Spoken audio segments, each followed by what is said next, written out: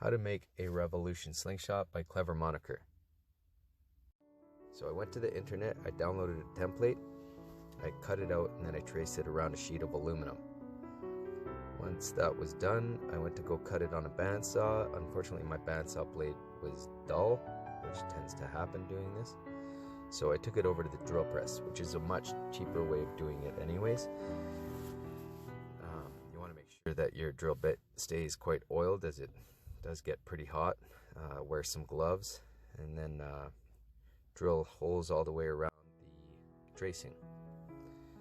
Once that's done, I grab a pair of snips and I snip in between every little crevice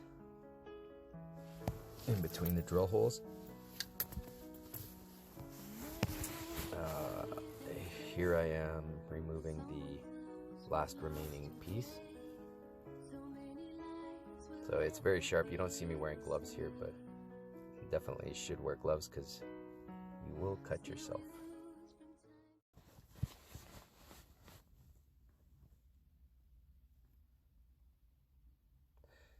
Once that's done, I file and sand down all the sharp edges on a table sander.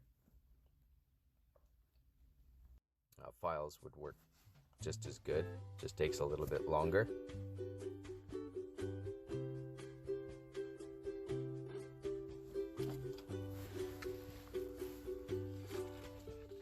It's also really dusty, so you want to make sure you wear a dust mask and some safety glasses.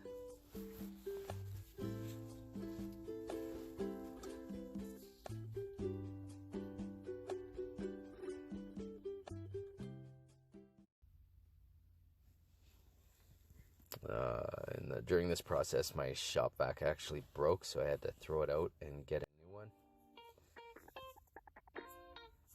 Here I am using some files and also an oscillating orbital sander.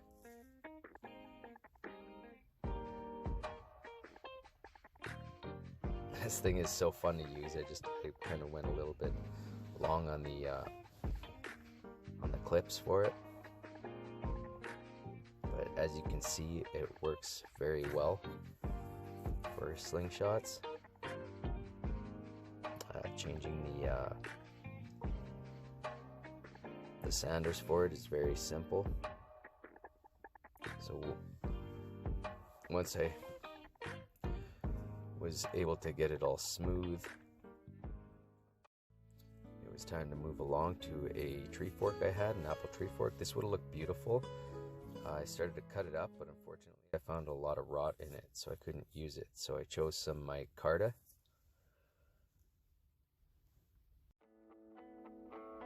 I used some epoxy on the template and clamped it all together. Now I kind of mixed up some footage here, but I actually glued it onto a nice size sheet, and then I had to, once it was dry, I just cut around the sheet and then I clamped it.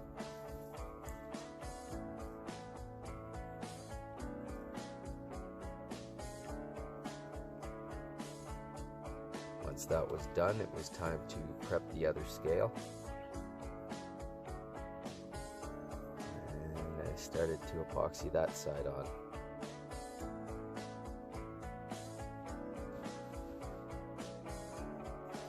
So once that was clamped up, it needed time to dry.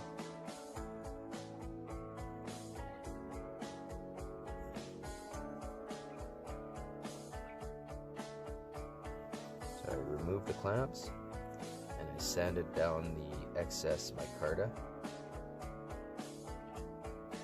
around the aluminum. So I had a bunch of scraps, so I decided to cut them up into little pieces. One of the scales was too thick, so I had to split it in half. So I don't recommend doing things the way that I do them all the time, but so here it is, part of the scales for the forks. So it was time to lay out the pattern. And once that was done, I had to scuff it up with some sandpaper, and then I started to epoxy the mosaic pattern. And then I glued it on, let it dry, and clamps on, clamps off.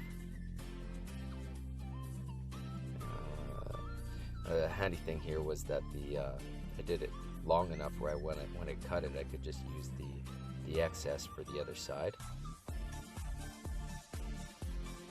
So I sanded that down a little bit as there was some epoxy on it. And once that was done, I epoxied that.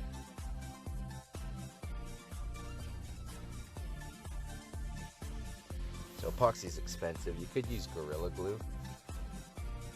Gorilla Glue epoxy, that is.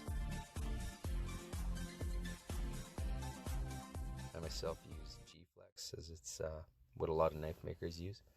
Once that was done, I started to sand that down and hand sand it. Drilled some holes for some mosaic pins. I handmade a mosaic pin for this one, which is the larger mosaic pin. I then marked and filed some band grooves in it.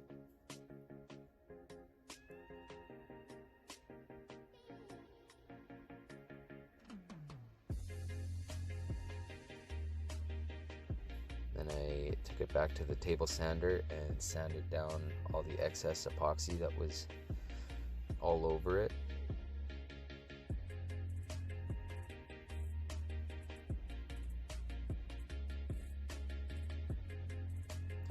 Once that was done, I started to hand sand it using an orbital sander.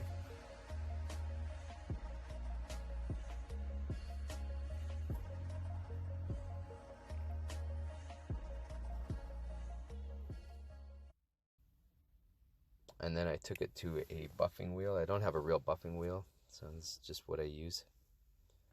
It's a buffing wheel on my drill press. And then it was finished. Hope you enjoyed, hope you learned something. Take care.